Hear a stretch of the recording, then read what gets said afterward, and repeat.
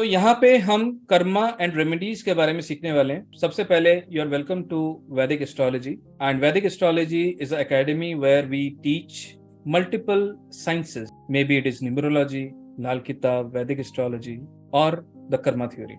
We always looking forward to provide good knowledge and from our end a best knowledge. Right? हम कई तरह के courses launch करते हैं, तो उनमें से अगर आपने कोई भी कोर्स हमारे कैटलॉग नहीं देखा है तो you can come back to our website और our group. So we will help you with more than 30 plus courses which I have already given, and we have already have a full library of those courses.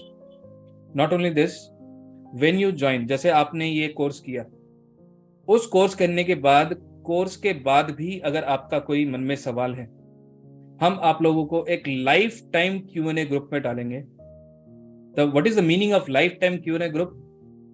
तो life time Q&A group का मतलब ये होता है जी कि उस group में आपको जितने भी आप कोर्स हमारे साथ कर रहे हैं वहां पे लाइव मेरे साथ आके आप क्वेश्चन पुट अप कर सकते हैं. कभी भी आप कोई कोर्स करते किसी भी साथ भी, वो कोर्स करा के भागने में होंगे और बोलेंगे भाई 10 दिन का कोर्स हो गया, 20 दिन का कोर्स हो गया, then we will meet you in another course. But आप कोई भी कोर्स हमारे साथ करिए, we have launched and now you can really connect with us and join live and asking your questions. I will be there live, not in recorded. So I'm going to answer the questions. उसकी जो भी recordings हैं, we are not giving to the people, but we are giving recordings to only premium members जो हमारे iGrow के या हमारे pro members हैं जो वैदिक एस्ट्रो के, उनको हमने दिया. लास्ट जो सेशन हुआ था, जो pro members हैं उनको मिला रिकॉर्डिंग, मैंने शेयर किया था ग्रुप में. So anybody got the recording? They can say yes.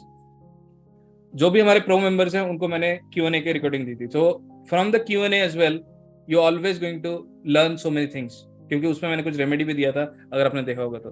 Right? So it is not about only doing the Q&A, क्योंकि अगर कोई क्वेरी आप लेके आए और मुझे लगता है I need to give some remedy, तो मैं वहां पे रुकता नहीं हूँ, मैं वहां पे हेजिटेंट नहीं करता हूँ. Right?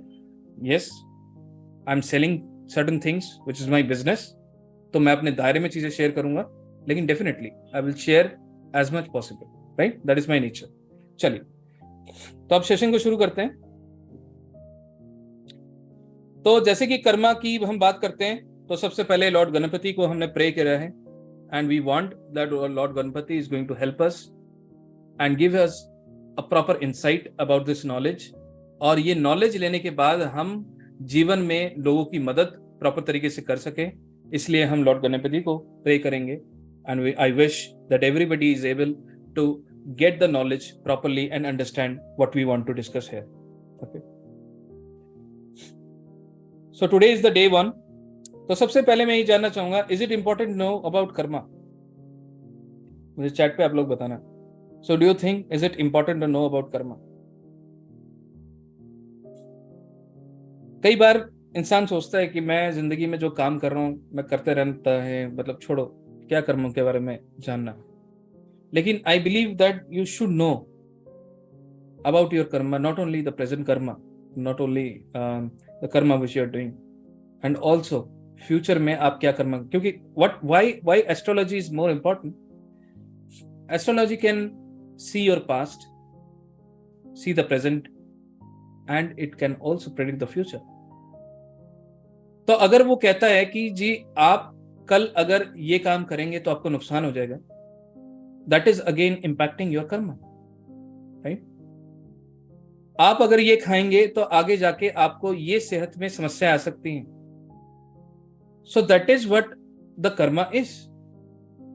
So it is always good to understand about the karma, because karma is a energy, a form of energy.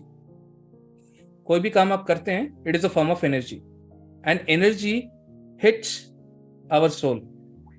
Energy impacts our soul. तो इस चीज को समझने के लिए क्या करना पड़ेगा, हमें इतना समझ आया, कर्मा को समझने के लिए सबसे इंपॉर्टेंट जो मुझे समझ आ रहा है, I need to understand sun. So in this whole session I will understand the karma theory, moving the sun in the Kala Purush Kundali from 1 to 12.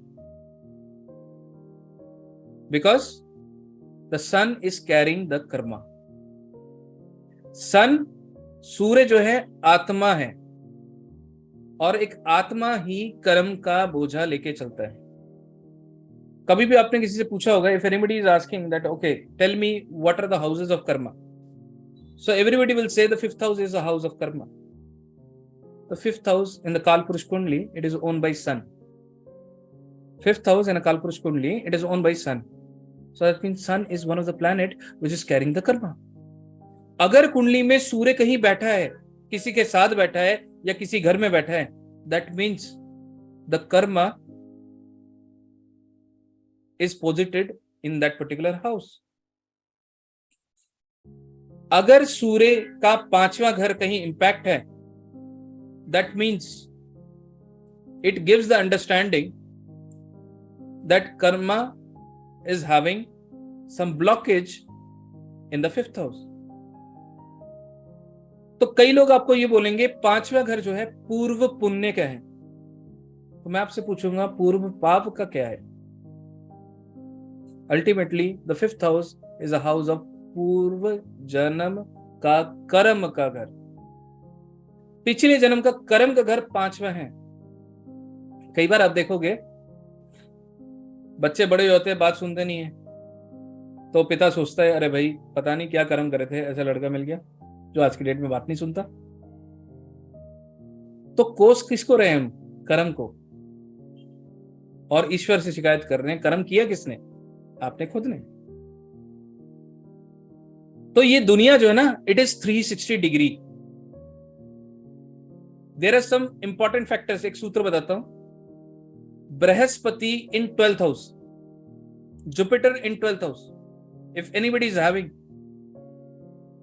ऐसा इंसान अगर किसी के बारे में मन ही मन बुरा सोचेगा, उसका बेड़ा गर्क हो जाएगा जिसके बारे में सोच रहा है।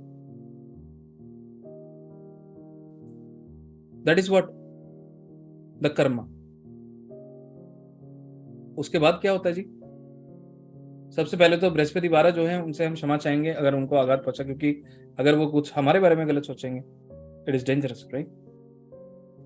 बृहस्पति 12 अगर उन्होंने ऐसा किया for a certain moment, there will be an impact to that particular person. लेकिन जैसे कि मैंने आपको बताया ये दुनिया गोल है, it is 360 degree, so he will also get the heat of it because it is the moving Karma.